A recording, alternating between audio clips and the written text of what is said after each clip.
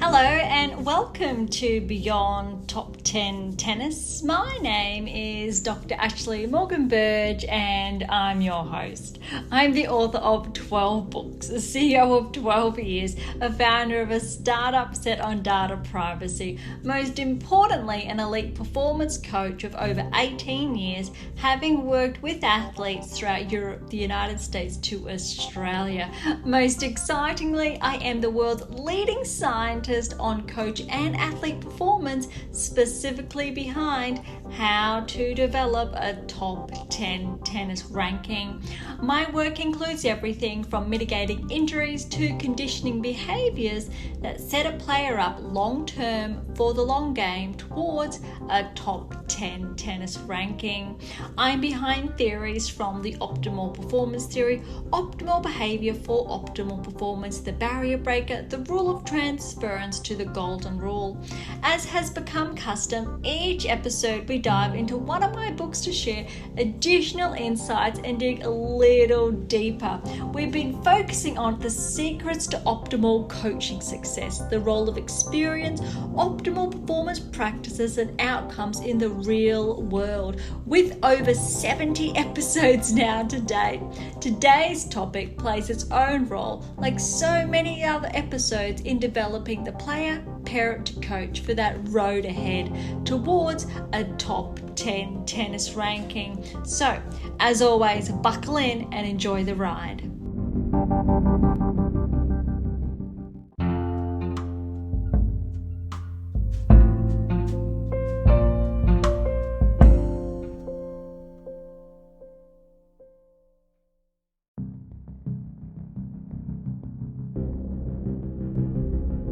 Thank you so much for joining us today. Look, if you've been with us for some time now, thank you so much. We are going back to where we were before our special editions. If you're only just joining us now, I really would encourage you to track back to those episodes prior to, the entire month of January that was jam-packed with those special editions for the Australian Summer of Tennis that were jam-packed, I think, with additional insights with the Australian Open underway. And as we really took a different approach to share those almost live, on-the-spot insights of over, I think, 100 plus players over the course of that fortnight, and along with, I think, those blog posts that were there. And for those of you who haven't caught up to speed on that, and you may be interested, that was over roughly 15,000 additional words written over the course of that fortnight. And I share that simply because my latest release, titled How to Develop a Top 10 Tennis Ranking, was only released on the 12th of December, which is roughly what we're at, like 6-7 weeks ago now, or almost 8. But oh my goodness, has it been a whirlwind. So it's a little bit refreshing in that respect to be able to share today's episode with the Australian Open now behind us, the data shared, how to develop a top 10 tennis ranking out there and released. And by now, those of you who are familiar with it would have had a chance, I think, to at least dive into those initial chapters. But it's also set up, I think, the space and a manner of speaking to share those additional insights. So today's episode, I wanted to try to get back to the book we were focusing on. So that's The Secrets to Optimal Coaching Success. But before I do that, I wanted to leave that towards the later half of today's episode, and to really begin by digging into, I guess, the tournaments that have just wrapped up, and then the ones who have just started in the last week, since last week's episode. And across the WTA Tour and the ATP Tour, we have a bit over half a dozen, which is absolutely jam-packed. But Today I'm going to start with the WTA tour and then shift over to the ATP tour and their respective events. But before we dive into those tournaments, I wanted to take a little bit of a peek of the rankings and different movers and have a bit of a discussion around that, because we've got Swiatek, Sabalenka, Gauff, Pegula, then Rybakina, top 5, which I think with their respective results really showcases, yes, that's exactly where they should be and or where they're meant to be in respect to the rankings. Interestingly though, Zheng, who was just got inside the top 10, became a barrier break after the Australian Open, is now number 7 in the world. And that just goes to show that sometimes there's a bit of disparity between the rankings. Vondrasova is shifted to number 8. It says that that's where she has been. However, we need to keep in mind, I think, her current performance this season. However, that said, last season was absolutely stellar. Sakari as well, and then Mukova. We know, I think Mukova, is on a bit of a time off or out in this respect. I believe there's some rehab going on there, but still inside the top 10. I'm going to say it could be argued that number 11, Ostapenko, is on the cusp of becoming a barrier break, and rightly so. However, when we look at tournaments played, this is where it gets quite interesting. 24 tournaments played, in contrast to, say, Swiatek, who's at 19, Sabalenka 16. I'm not sure what's happened there with the difference, because Gauff's also on 19 as well. So that's, I think, for another discussion. I haven't dived into those numbers specifically, but you've got Jabeur on 20, for example, Zheng on 22, Sakari on 24 as well, Mukova obviously 14 with that time away. But it goes to show that there's a bit of a disparity there between, I think, the rankings and a player's performance. I think we'll dive into this. Ostapenko is incredibly deserving of becoming a barrier breaker. She has had an absolutely stellar 2024, and we are only 5 weeks in, and she's arguably one of the leaders. And I'm going to say, obviously, behind you've got Sabalenka and Zheng, but also Rybakina, because you've got to remember Rybakina did win in Brisbane. And then it goes without saying, Gauff making the semi-finals, Sabalenka as well. Swiatek, she did lose prior. That said, she had an absolutely stellar last year.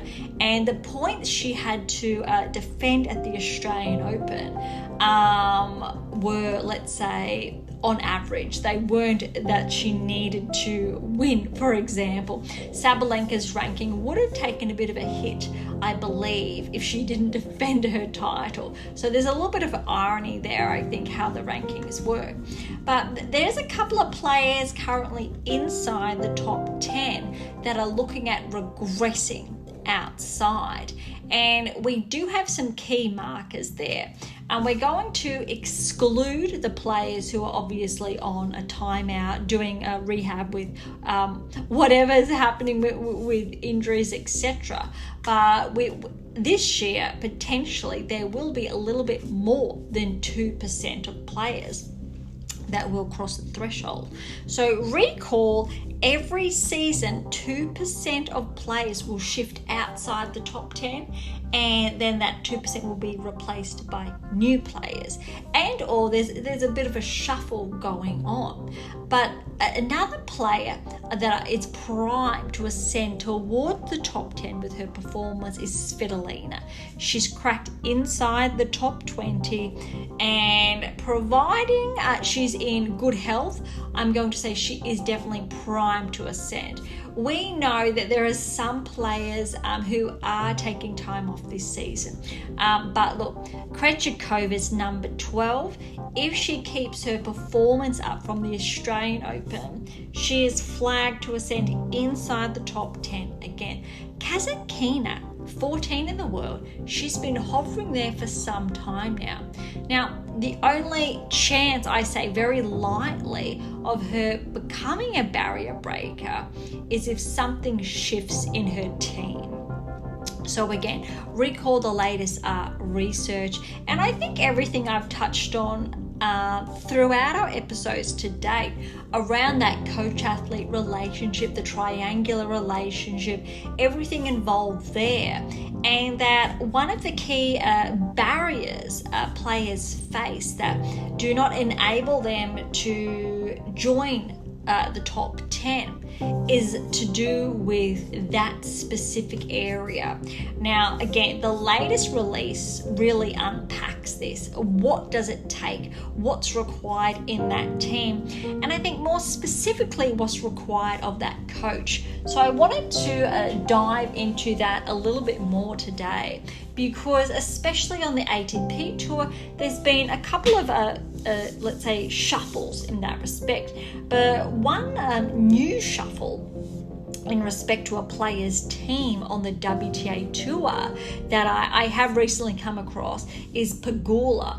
And I read that Pegula's only recently in the last couple of days parted ways with her coach. They have been with each other for a reasonable amount of time. So number one is that time frames with the coach, and having Pegula progress to number 3 in the world is very good. That's a very good metric. However, she got to number 3 in the world with this coach. She's been inside the top 10 for another number of seasons now, but there's no Grand Slam. There is no consistent semi-final appearance. There is no consistent finalist appearance.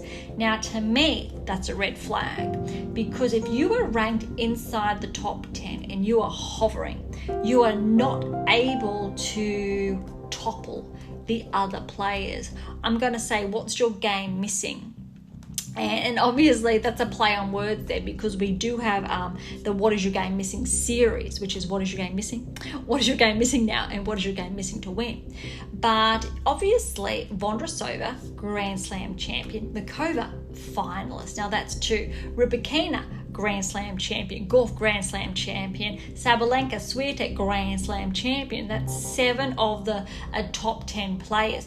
Jabeur has made the finals. Zheng has made the finals, which leaves Pegula and Sakkari as the only 2 players inside the top 10 who have not made a Grand Slam final or progress further.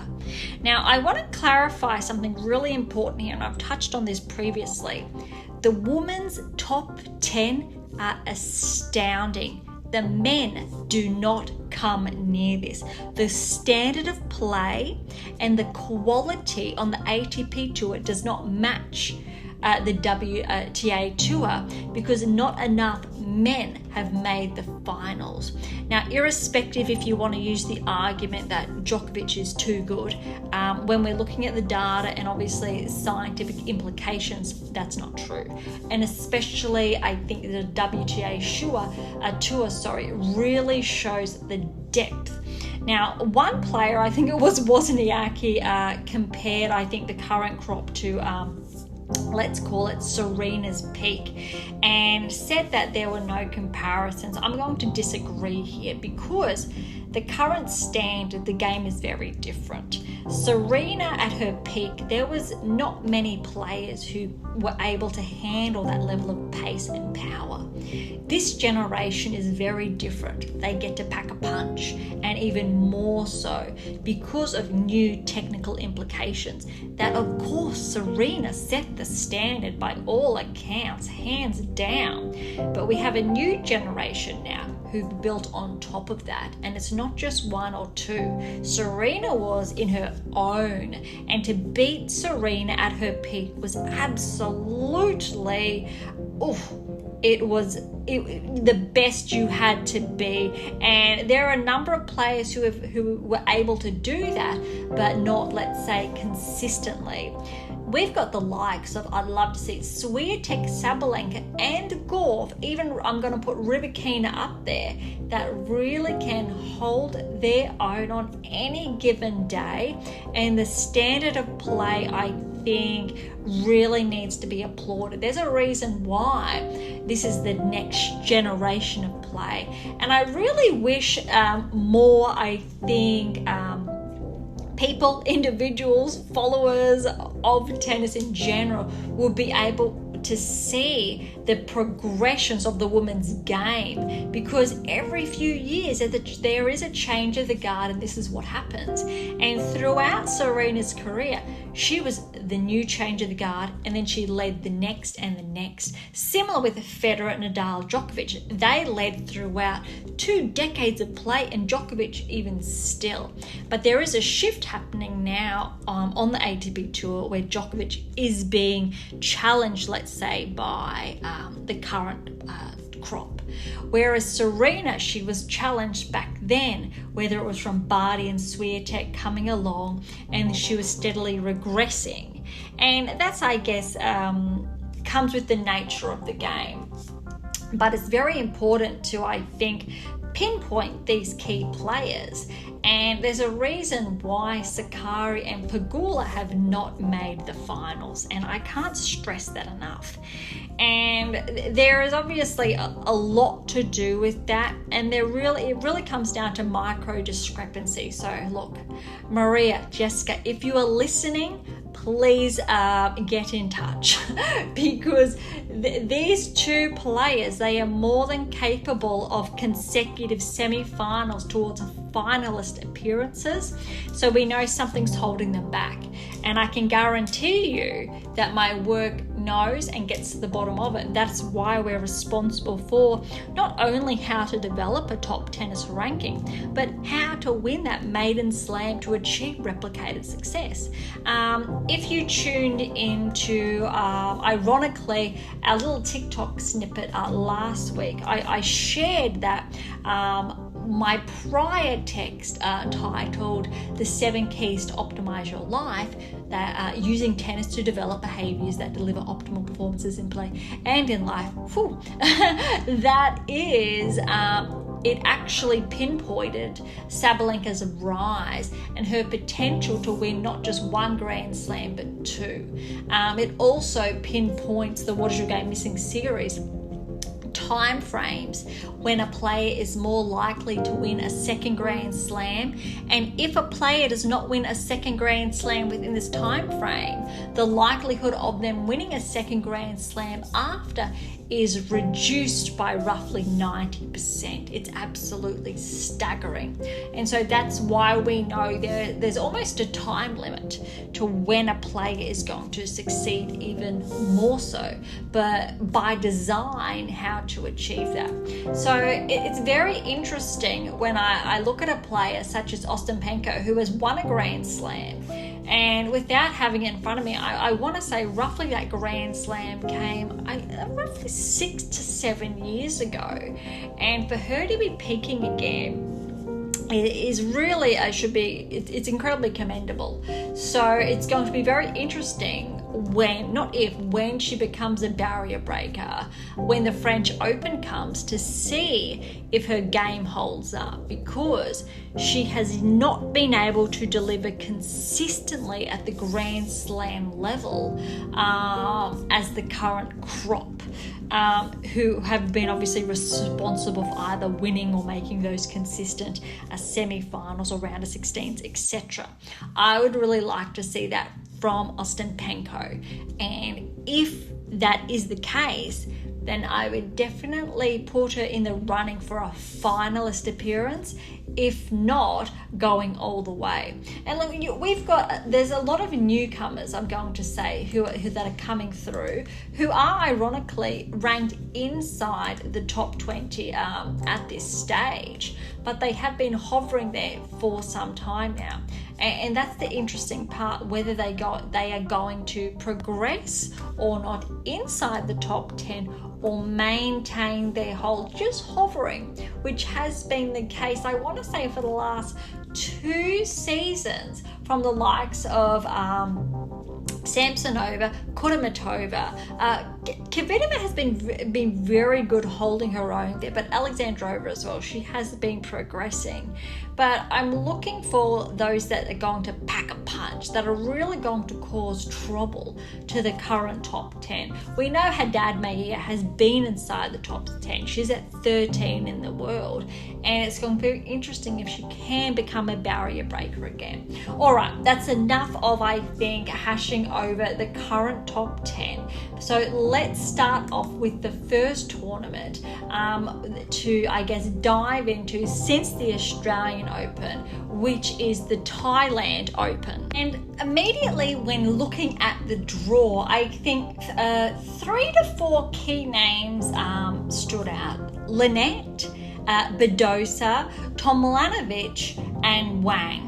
And I say that because we know Wang had a stellar Australian Open, and I did note that irrespective of the results, she was on the radar. Given that between her and Zhang, that tiebreak was absolutely phenomenal, and her metrics were outstanding. She did, however, fall at the quarterfinal stage, but good results to progress through. When we're looking at Badosa, she did get through to the second round, which is technically the round of 16 in this event, but then she did retire. I'm not too sure what happened, but her form is not where it could be.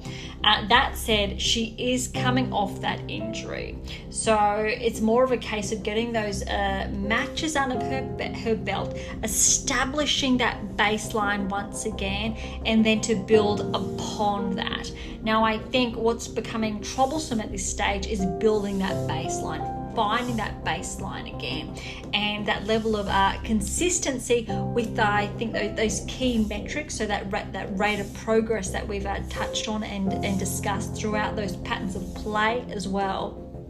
And it's really finding that rhythm.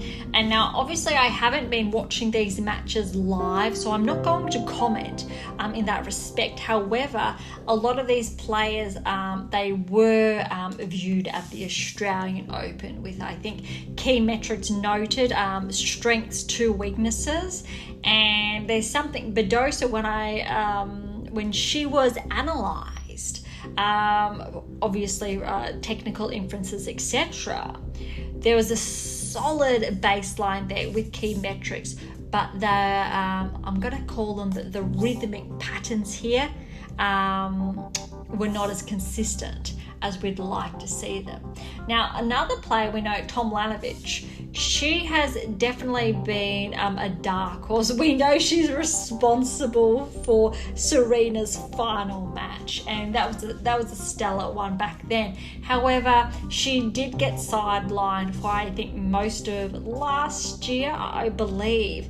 However, she had an okay Australian Open.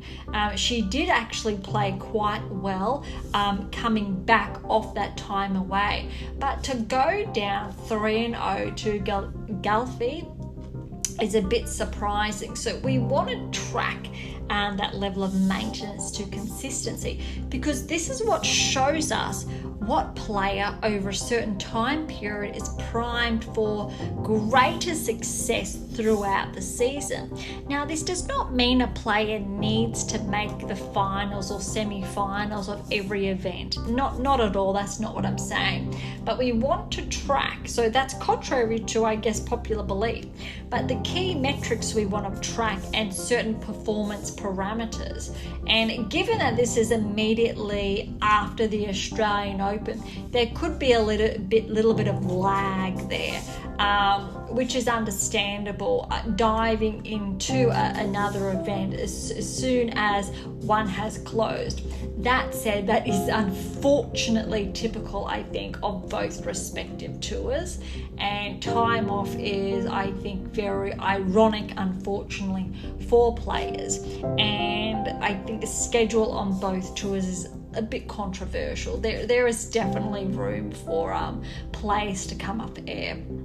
Now, look, obviously, before closing it out, we had Zhu and Schneider in the final, and Schneider walking away with the win. And I think it's her first career title, first or second there. And definitely Schneider did not have a stellar Australian Open because she was not flagged. She was not placed on the radar. There was no round of 16 appearance there. So Schneider has come out of the woodworks, which is very good. And congratulations to Schneider. Now let's see if she's able to keep this level of play up next event and those coming. So we want to see a level of consistency there. Now, if that is not the case, this underscores why there's quite a significant gap between those who progress at the Grand Slam levels and those who do not. Now, I've already touched on even top 10 players that do not progress at the Grand Slam level. And arguably, if you are not able to progress at a Grand Slam to make a round of 16 or further at least twice per season, no, that top 10 ranking is not valid. That's definitely not valid there. And irrespective of what the rankings say, there's obviously a key issue there, problem in your game to address. Right, the next one to dive into is the Linz, the Upper Austria Ladies Linz event. And there was a lot of noise around this, obviously, because Ostapenko, obviously in the main draw, we've got Georgie, familiar names, Mertens is in there, Kerber, and it was really great to see her back. Pavlyuchenkova, Bulter, Paolini after her stellar performance at the Australian Open as well. We've got Martic, Siniakova, Yastremska, Vekic. So there was a lot of popular players here, whether it was Irani, to Alexandrova. So it was actually quite a solid lineup. Now, Alexandrova, no, did not have a stellar Australian Open. No, she's not on the radar. Now, Irani, I can't believe she's still playing in a really good way, so good for her, but she fell in the first round. Vekic, she did make some inroads at the Australian Open. However, she had a tough one against Yastremska, so we know Yastremska, how far she progressed at the Australian Open, and bam, she went down 6-1, 6-1 to Vekic. Now, Vekic is a solid player. We all know that, and she was seeded 3. However, seeing Yastremska, she came through the first round against Andreeva, exceptional result, 3 sets. However, 1-1 against Vekic. This is a metric to keep an eye on. So we want to see that level of maintenance throughout the season for Yastremska, and if she's able to continue those key progressions. This most likely is, I'm going to say, a little mix of exhaustion because of her stellar Australian Open season and then going back to back almost. But if this type of result, and I did promise plays at the Australian Open, or those who are on the radar now, would be, I think, key points of interest. But if there's a struggle here, then we know obviously the French to Wimbledon, that Grand Slam level or performance is probably not going to be replicated this season. So it's very early on, but these are key metrics to keep an eye on. All right, next up, I think, who was more so impressive is Pavlyuchenkova, progressing through, let's go 1, 2, 3, throughout the quarterfinals and making it to the semifinals until she lost to Ostapenko then. And look, Ostapenko, she's been on fire, irrespective of her performance at the Australian Open. She did still progress, all credit to her, but not as far as potentially she'd like. So she didn't make the round of 16 or that cut specifically. But look, Pavlyuchenkova, she had a very solid Australian Open, irrespective of the outcome. And there is a blog post on, I think, that key analysis of her results there. But Ostapenko, she walked away with the win, with the title, 2-2 against Alexandrova. And that's why she's sitting at number 11. She's right on the threshold of cracking into the top 10.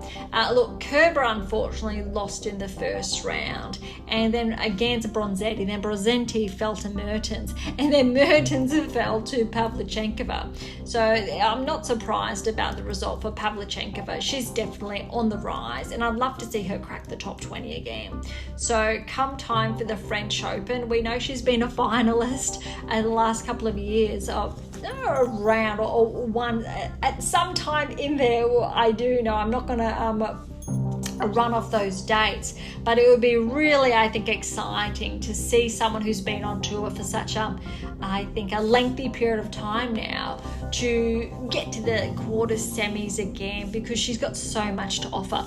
Ostapenko, we really want to track this, because unlike Zheng and her results, as in only because she's become the first barrier breaker of the season, Ostapenko is looking to become the second barrier breaker of the season. But I'm going to put it out there that Ostapenko should be able to maintain her hold inside the top 10 once she crosses the threshold. And even though Zheng is at number 7, I'm going to be very interested to see what her results are in the next couple of events. All right, the next event on the WTA tour is the Transylvania Open. I'll try that for a second time there. Now, this is only early on, so I'm only going to touch on the initial rounds here. But Cornet over Wickmayer in 3. And look, Cornet's longevity on tour, well done. Rus had a good, I'm going to say, Australian Open. I'm not 100% sure of her results, but I do remember her on the metrics there. Andreeva, another first round win. That level of consistency is good. That's what we're after. Parks, she did fall to Bowden. So remember, she had that tight encounter with Gorf, but this shows a regression, I'm going to say, in this respect. So we're looking for that level of maintenance that is not there at this stage. Dart's actually been up and down over the years, and she does come out with some really good wins from time to time. So she's progressed to the next round, which happens to be the round of 16 in this event. Seigman, she fell to Parisas Diaz in 2 sets, so that's 4-4. We know Seigman can be an incredible singles player, but she's a phenomenal doubles player without a doubt. Now, Pliskova, she did get through. Now, this is a player that we know has been inside the top 10. She's been deep in the Grand Slams before. It'll be very interesting this season if she is also able to crack back into the top 20 or not. Irani's in this one as well, but it's quite interesting, I think, looking at these events, and I think the various number of players, so not specifically top 10 players here, but players who are fighting to, let's say, push inside the top 50, 40, 30, and what they need to do. Which brings us, I think, to one of the events that has a bit of a stellar lineup, without a doubt. You've got Rybakina, Osaka, Collins, Watson, Krejcikova, Taribas, Tormo, who else? Well, we've got Serenko, Kasatkina. I'm just going through the list here. Garcia, Sirsteya, Anne Sakari, Haddad Maia, Lynette again, Raducanu and Jabeur. That is a huge lineup following the Australian Open. So irrespective, I think, of this stellar lineup. I'm a bit surprised, but it's very good. Normally we don't see this so soon after, I think, one of the Grand Slams. Dr Berge did get the bye, and she's against Raducanu, and that's going to be held at some stage today. So I wish I could report on that, but I can't just yet. But look, against Raducanu, Buzkova, 4-1. I'm really happy that Raducanu got that win. But let's remember, in Auckland, Raducanu did have a really good result. And then at the Australian Open, she did fall unwell during that match. So she's really showing some positive signs early on this season, definitely in contrast to the last 2 seasons, which is a very good sign, irrespective what happens. I wouldn't be surprised if Raducanu pushes Dr Berge to 3, but definitely I would expect Dr Berge to win, though Raducanu definitely, I think, has it in her to cause a little bit of problems, though it's really going to again depend on that level of maintenance and that baseline. And I really want to see one of those key metrics is in respect to that baseline, the rate of progress, the key patterns of play, and to hold a level of maintenance in respect to that application. Lynette, good. She's made it into the next round. It's going to be a bit of a tough one against her dad, Mia. She came through in 2 sets as well. Sakari got a bye. She's going to be up against her Stayer, who came through against Garcia in 3 sets. Now, Garcia was inside the top 10 last year. She made, I think it was last year, the year before, or won the WTA final. So she has had a bit of a regression there. So it's going to be very interesting this season if she's able to progress again and find that level. Now, again, I keep saying finding that level, that maintenance, that baseline. And it's a little bit frustrating. And I say that very light-hearted because I know, and the metrics know, why they are regressing, and I really want them to progress again. And if I could shout and have a conversation with each and every one of them, I would hand them my latest release, How to Develop a Top 10 Tennis Ranking, and say, get to work. Lighthearted, because there are these key indicators that their games are lagging, but they did have for a certain period of time, they regressed. And that's why I always touch on the 8th key, the maintenance, that baseline, because the 8th key, and recall the 7 keys that rely then on the 8th key, because everything's broken down into 8 subsets. So you've got 8 markers to work on. That's it. When you step onto the tennis court, you have 8 specific keys to be implemented into your game to progress towards a top 10 tennis ranking and more. If you are not focusing on those 8 keys, if one of them is missing, your game has a gaping hole and your opponent's going to take advantage, which means if you're an opponent and you're playing a top 10 player, and if you want to know their weak point, statistics aside, we're going to look at the metrics, and I'm going to find you and tell you where their weaker point is and how you need to hit the ball to compromise their technical parameters. It can be that easy and streamlined, in contrast to, let's say, specific data or analysts that talk about specific percentage points, etc. This is very different. This is a new type of data, and it's that exciting. It delivers a top 10 tennis ranking, and I'm sure you can hear that I get very excited about it because it's just incredibly rewarding in a really good way. Noskova, she fell in 3 sets. Let's see how her season goes. Krejcikova, she got a bye in the first round, and she's going to go up against Torres Tormo. Be interesting again to see Krejcikova's level of maintenance this season. Watson got the win, and that'll be interesting again to see how her season unravels. Collins Osaka, I think this was potentially the match of the tournament. We all know the problems Collins caused for Swiatek, and that was absolutely a phenomenal match at the Australian Open. all credit to Collins there. But also Swiatek for holding her own. She just wasn't able to maintain that come, I think it was the third round from memory. Osaka, though, definitely would have put up a fight in that first set, but Collins, she just ran home. And I'm going to say Osaka probably ran out of a bit of gas there. So Rybakina against Collins. I think this is going to be a really good test, considering Rybakina fell early at the Australian Open. This is a bit of a redemption in a good way here for her, but it's really going to be, I think, quite interesting. And of course, this is the Abu Dhabi Open.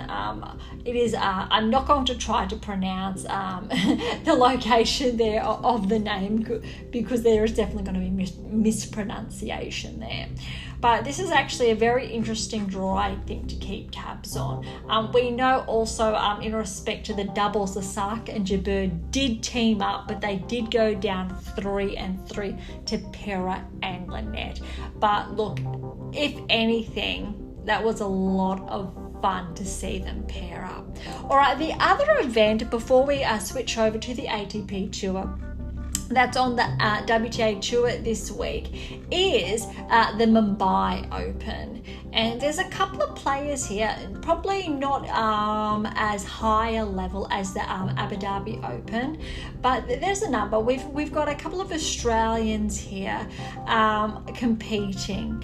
Though you have to remember that these are the type of events you want to, I guess, enter and claw your way into, especially if you're ranked outside the top 100 and you're looking to pick up those additional ranking points, and obviously to walk away with some really good wins under your belt.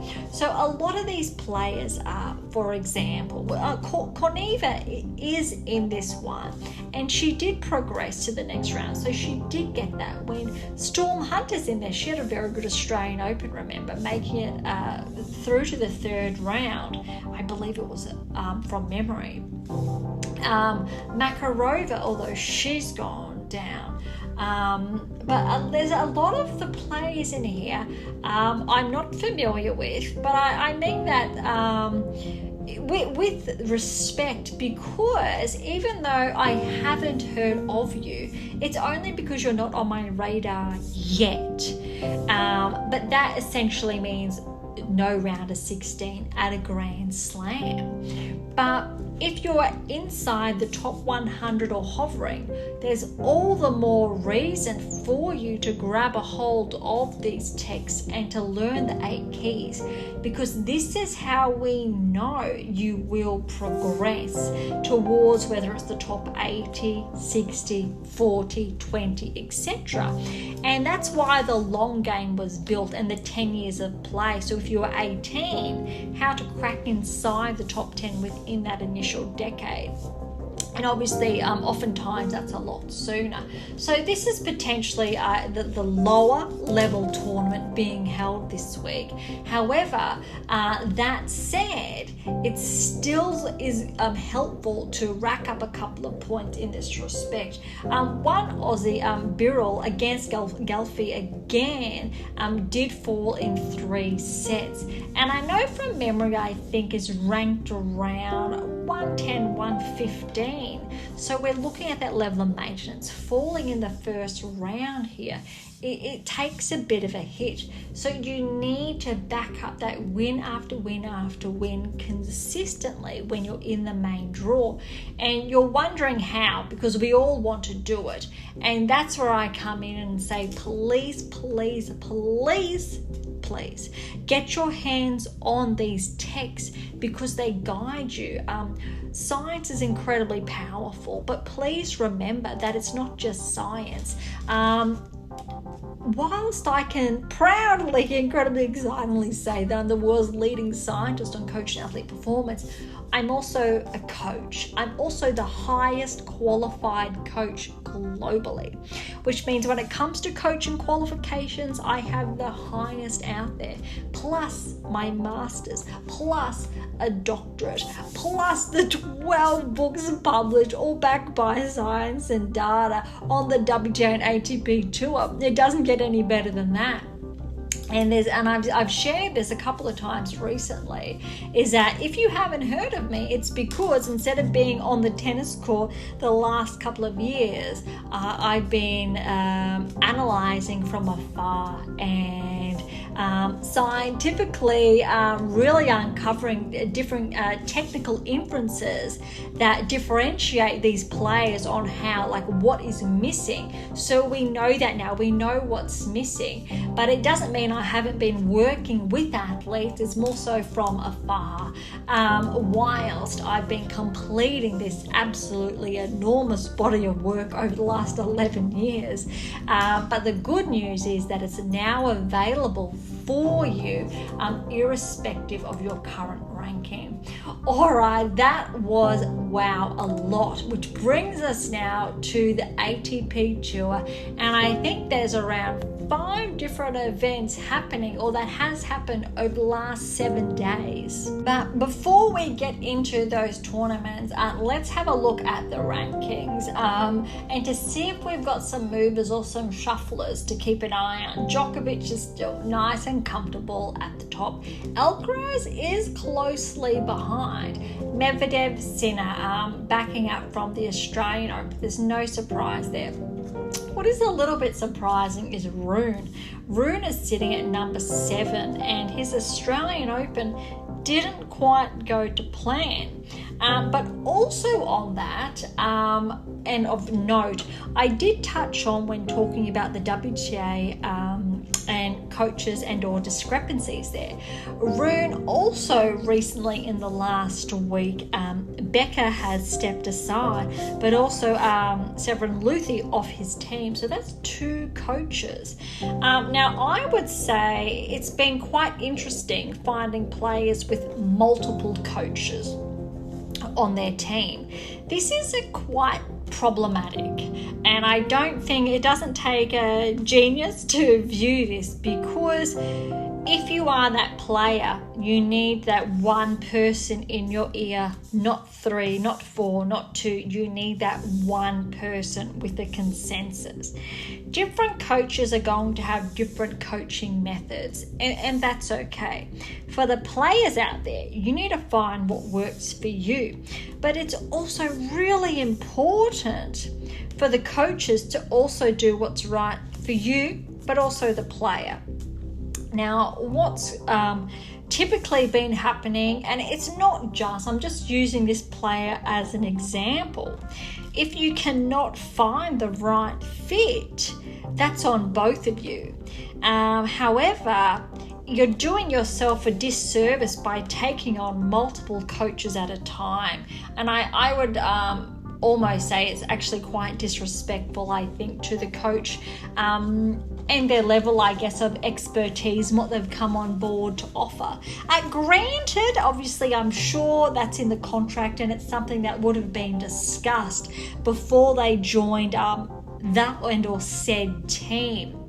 That said, you need to find that one voice you can confide in, and that is privy to those 8 keys.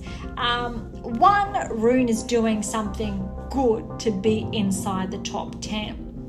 But there's also a reason why he's not consistently going deep in Grand Slams. Look, compared to, let's say, the WTA Tour, Djokovic has a slam, Alcaraz has a slam, Medvedev has a slam, Sinner has a slam, that's 4. Zverev has made a final, and Tsitsipas has made a final. That is 6. 6 players inside the ATP top 10. And remember, the WTA has 8 who have made a final or gone more, which means you've got Fritz, who has not progressed further, Hurkacz, who has not. However, I believe from memory, Hurkacz has gone quite deep. So please correct me if I'm wrong there. Rune has not gone deep, nor Rublev. Now, I'm going to say there's a question mark there on Rublev, because when I say deep, I'm talking about I want a consistent semi-finals or more, but we're really talking explicitly here finalists. So making a Grand Slam final or further. obviously on both respective tours, it's going to really narrow down if it's just Grand Slams or finalists alone, and that's a little bit different. Now, Tsitsipas has regressed, which isn't surprising given his current result. It's a little bit surprising given that he's been inside the top 10 for a number of years now, but he's been underperforming at Grand Slams, which I think is fair to say. Fritz, remember at the beginning of the season, which are only 5 weeks away, I flagged him to regress. His performance was not up there, and he really delivered at the Australian Open.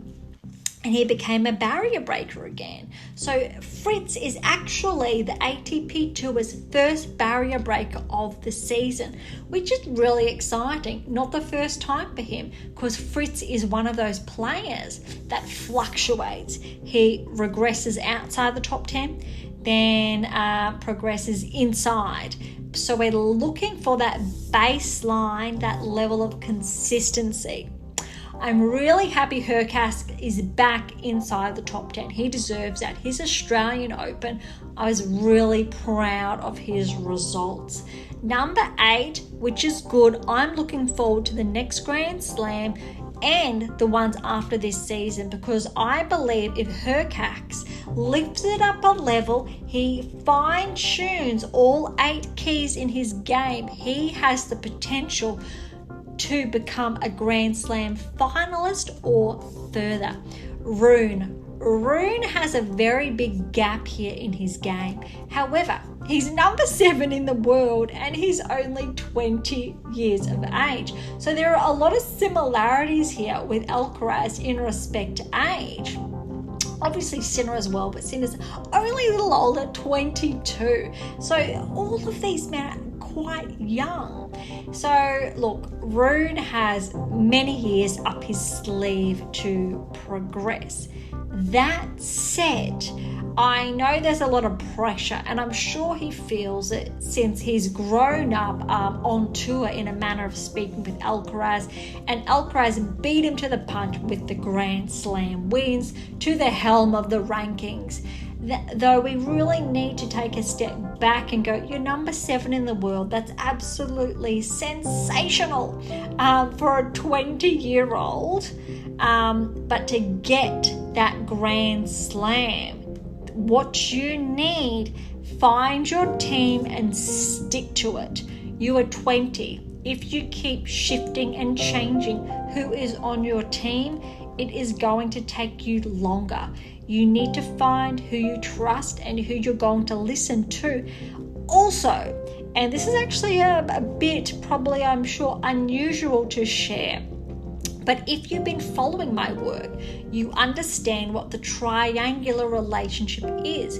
You understand how I've touched on the role of the parent in there. And we all know that Holger does have his mum, and I'm sorry that I don't know her name to mention, with him on the team.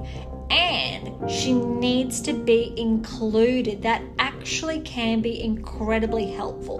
There are very different dynamics depending what works for the player. So if that is what works for Holger, then you run with it. But there is a missing link there with the team. That triangular relationship is broken.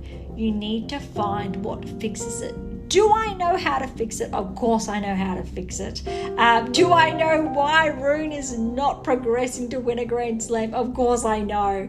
And that is what again, touching back to earlier when I said it's quite frustrating knowing this, because that is why the texts have been published to say, if I can't talk to each and every one of you, please get your hands on these texts, because they will teach you how. They will walk you through, hold your hand and guide you to, I don't know what's even more exciting or better than 1 Grand Slam or 2 or even more. All right, so there I think pinpointing the current top 10. What I think is a bit disappointing is de Minaur is at number 11, regressing from that top 10.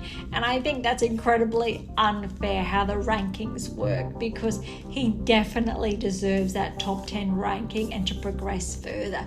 Rudd has regressed. Well, he has been outside the top 10 for the last, I think, best part of the half season. He is primed to progress if he ups his ante. The same with Dimitrov. So remember, he had a really good start in Brisbane. He had a reasonable performance at the Australian Open. Tiafoe, he can always be dangerous, more so the later half of the year. Shelton, maybe we'll see. But there's a couple of players here. Bublik has been progressing. Musetti, a little bit there. Felix is getting back up there. Coric as well. So there's a couple of players to keep an eye on, of course. I'm not going to go through them all today because I really want to touch on the tournaments that are underway. So I think first I will touch on Montpellier. And so Rune has progressed, or he did progress through to the first round. Then with that bye, then Lamas Ruiz, he got over in 2 sets. So that was 7-5, 6-2. All right, so then when we want to look at the results that follow, it gets a little bit interesting because we've got against Moth 7-6, 6-4. Quarterfinals, Rune fell to Coric 6-3, 4-1. So I'm going to say that obviously Rune would have retired. It does not say that was 4-1 there, though. That leaves a question mark. He's a top 10 player. Coric is solid, but to have a bit of a niggle this early on in the season can be a bit problematic. Coric, though, it's really good to see him performing well. A couple of seasons ago, he was verging on around inside the top 20, 15 in the world. He does has the potential, though obviously his game is missing a number of the keys. Felix was really good to see him progress to the quarters, even though he fell to Bublik. Bublik has found a bit of a peak, I think, later in his career in this respect, because Bublik making the finals and walking away with the win in 3, which was very impressive. Look, Gasquet fell at the beginning as well. I've mentioned Coric, just going through the list now. Monfils fell in 3. That was close, although he did lose the third set 6-love against Caboli. Murray against Pear. Murray's getting a lot of slack on Twitter at the moment. So you may have read that this morning. I just chimed in to say, everyone needs to calm down a bit. Murray is an absolute stellar player. Let's remember, he's ranked, or last time I looked, inside the top 50 in the world. So he's doing something right, even though he has been losing a number of his initial matches recently. It's not without a fight. Like, come on, 3 sets, very solid. That second set was a tie break. So it's right on the edge, and he's still able to maintain it. He's, I believe, 36 going on 37, and he's still able to play at this level. It's absolutely phenomenal. I can guarantee you, every person he plays walks off the court absolutely knackered after playing him, probably 99% of the time, because we all know Murray packs a punch and puts up a fight. Obviously, I'd love to see Murray progress even more so at Wimbledon. Wouldn't that be amazing if he could make this round of 16 to quarters or further? I really would love that for him. But this is a player who has been at his absolute peak, had hip surgery, had a lot of hiccups along the way, unfortunately, and he's playing because he loves it. All right, another player who is of interest is Kazooks. Now, remember, he had a very solid Australian Open. Even though he didn't make the round of 16, he was on the radar. Now, he fell in 3 sets against Felix. a tiebreaker in the third. Very good. Now, Kazooks is a player I'm going to keep tracking because of interest. He is peaked to progress inside the top 30, potentially top 20 by the end of the season, if he's able to find a level of maintenance. Shapovalov, good to see him back, had the win in the first round, although he did fall to Bublik. So that's actually quite exciting, I think. A very interesting event there in Montpellier. All right, now the next tournament up we have, well, it's not the tournament, it's the Davis Cup, but it still deserves a bit of I think, some insights shared. I'm not going to touch on, I think, key players or names because most tournaments or countries have, I think, not their best playing, because their best are playing, I think, those with points at the moment. So other rounds. Though we've got Croatia against Belgium, Argentina up against Kazakhstan. So Argentina came away with the win, Belgium came away with the win. Chile against Peru, and Chile got the win there. Czech Republic over Israel. Czech Republic did go they're ranked 5, I believe, but they got a clean sweep there. That was a little bit brutal. However, Kopriva versus Kimi. You may not have heard of them. I do not know these two players, but you know what? That third set, 11-9, we all know that is absolutely solid. Croatia, Belgium, Chile, Peru again, Argentina, Kazakhstan, Canada, South Korea. So this is a lot. Netherlands then against Switzerland. So they do have, let's say, their second to third lineups, not obviously their number ones playing. So there are a lot of many more matches that have been going on. So it is a really busy time of the year or season for these players. But I really want to commend these players for partaking. Fritz did play in the Davis Cup for the United States against Ukraine, and I think he has to be the highest player, let alone a top 10 player playing the Davis Cup, because I have not seen any other player ranked inside the top 10 participating in the Davis Cup in these earlier rounds. So I really want to, if I was wearing a hat, to take my hat off to Fritz, because that really deserves an applaud on my end, because not many top 10 players step away from their schedule to play Davis Cup at the moment. They save that for the later rounds.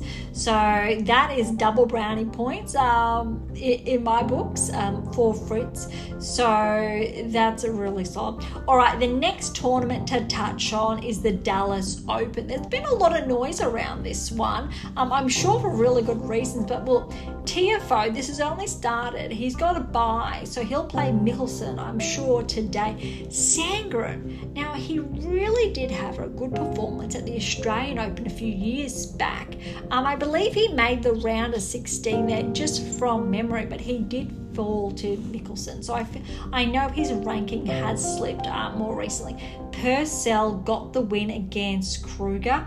I'm really happy for Purcell finding his singles form, because we know he's an absolutely exceptional doubles player. Mannarino got the bye.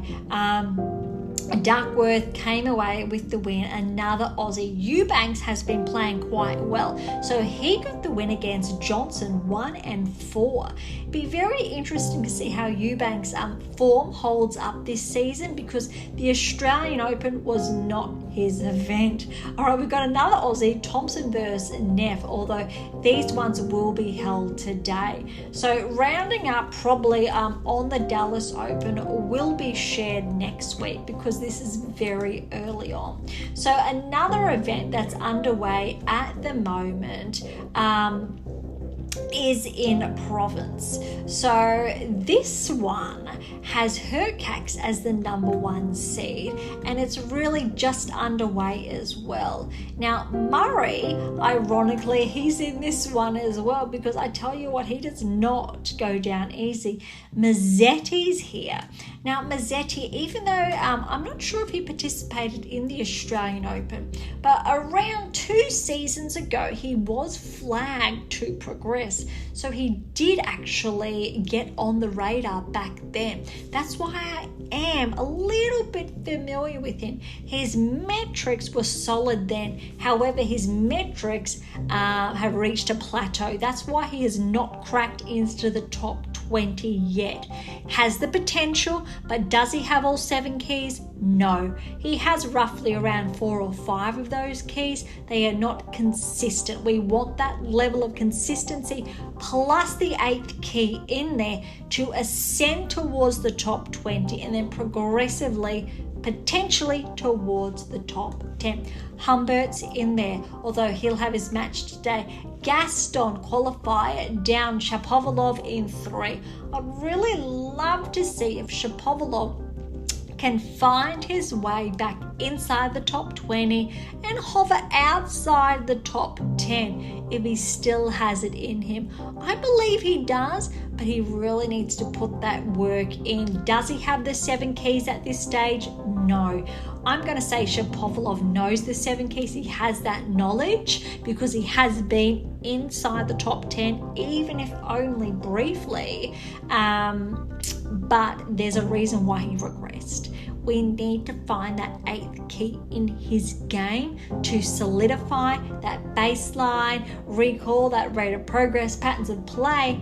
Bam. That's what we're looking for. And it can come together over the next 3 to 4 months. But again, it comes down to his team understanding and knowing to implementing those 8 keys. I know I'm running that home now. Felix is in this one. I do tend to say his first name over Augur Elisame because it is a bit of a mouthful. I'm going to be honest, Felix is a lot more easier.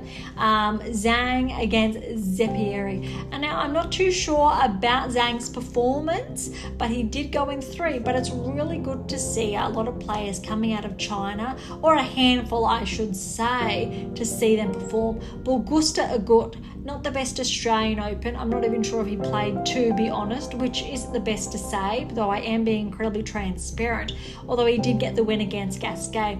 Now, I share that because Bautista Agut is a former top 10 player for a number of seasons. He knows how to deliver.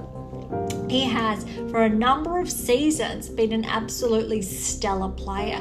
But, so has Gasquet, but Bautista Agut is a next level. And for him to get that win, I'd really like to see if he progresses back inside or if he's steadily regressing and potentially may retire in the next season or 2. But he is a player that does have a very high potential to be quite a dark horse to a number of players. Kakakanov is in this one, so he will play Bautista Agut next.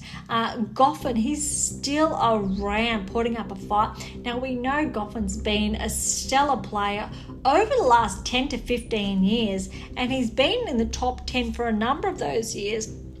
Granted, he has regressed. Be very interesting to see how this year unfolds for him.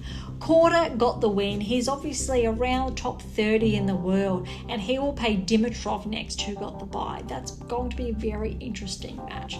All right, that one wraps up. Now, the last tournament to touch on is the Cordoba Open. So there are a number of players here, but similar to the WTA Tour, it's not the peak event at the moment. But one player, for example, is Garin. He did go down in the first round. But I just want to recall, Garin was inside the top 22 seasons ago, potentially on his way to become a barrier breaker, but since then has regressed. Echeverry is finding his form again. He's the 3rd seed, and he has been, or he's most likely to progress, but he's potentially going to have a very good event here. And that's what often happens with these, let's say, the lower level events. Now that's what Schwartzman is playing, which is really nice to see. So we all remember the stellar player, top 10 player again for a number of seasons. But again, there's a lot of Argentinians playing. Granted that this one is based, I think, in their backyard. But I think it's really important to share that what these tournaments can offer, and it's really finding and or establishing that level of maintenance. So it really, I think, sets a player's game up to progress for the rest of the year in a really good way.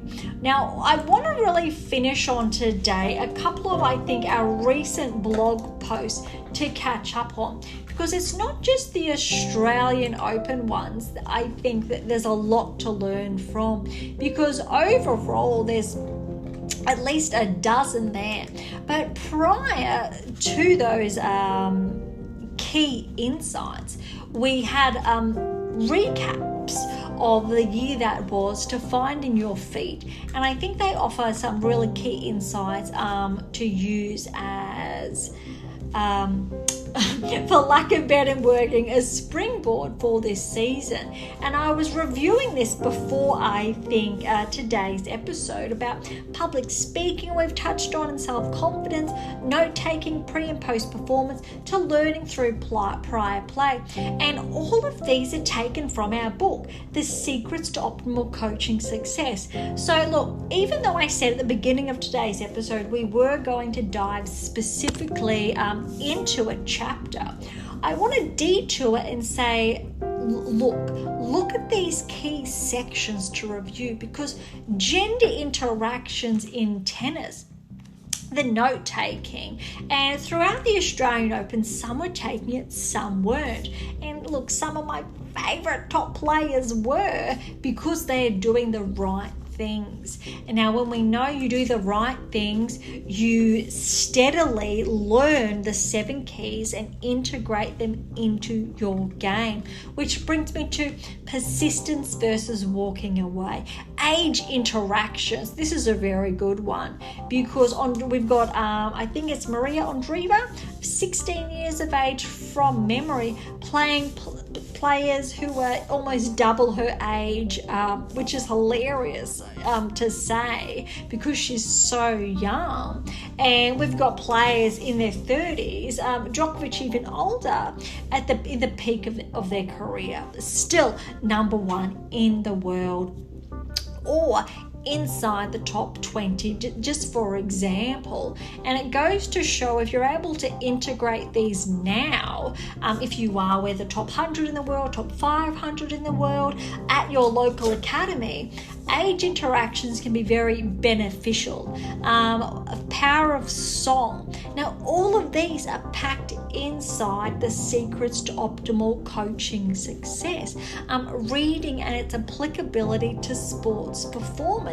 That's another one to, I think, just run home with.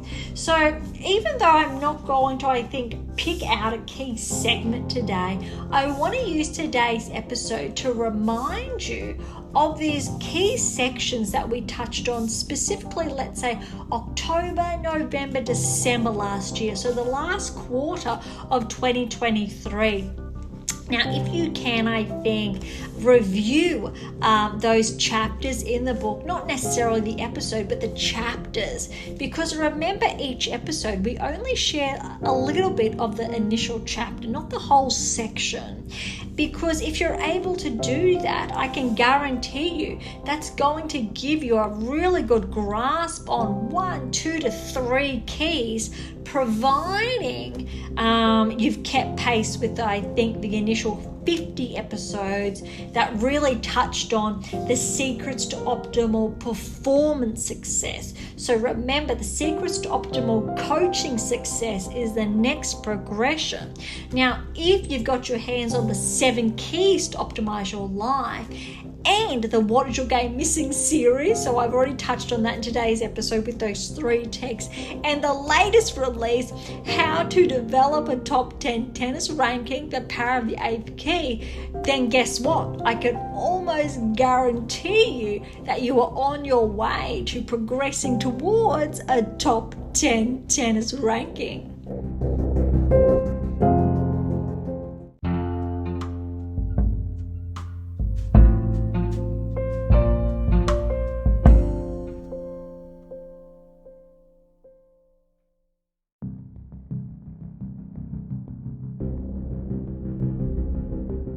Thank you so much for listening today. Oh my goodness.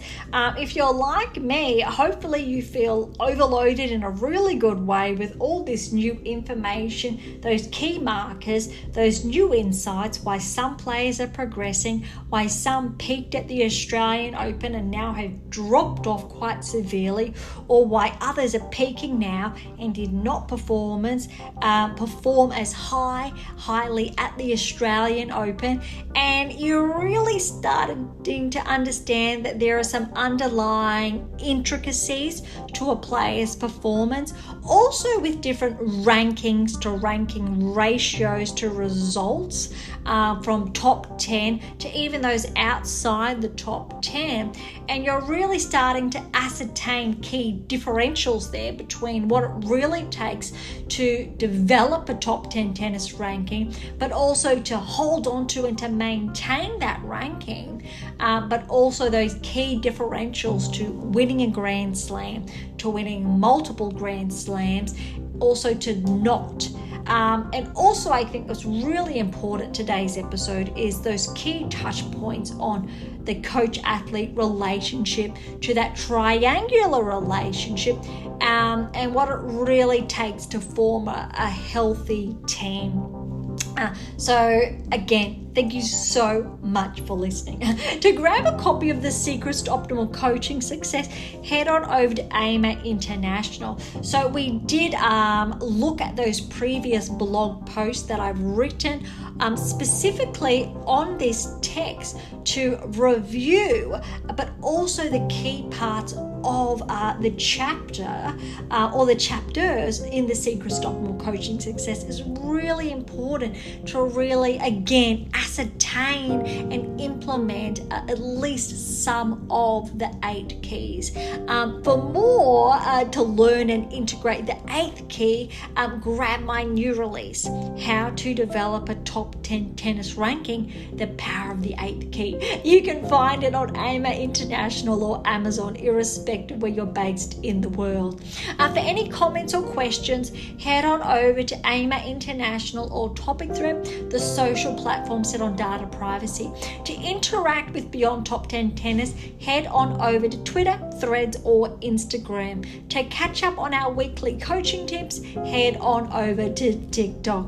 And to catch up on our blogs, head on over to AIMA International and look for our blog tab, or head on over to Medium. And as always, I'll leave all the links in the episode notes. For something different, head on over to Pink Octopus Books. That's where my fictional release is. To view this week's question and poll, be sure to visit Spotify. Or for something left of field, visit Spruik for some random polls. And of course, if you enjoyed today's episode, please subscribe, like, share, and all of the above would be absolutely phenomenal.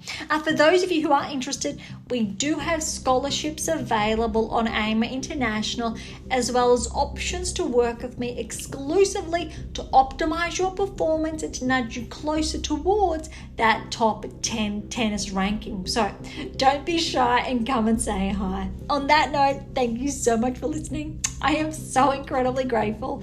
I am your host, Dr. Ashley Morgan Berge, and this is Beyond Top 10 Tennis, and I'll see you next time.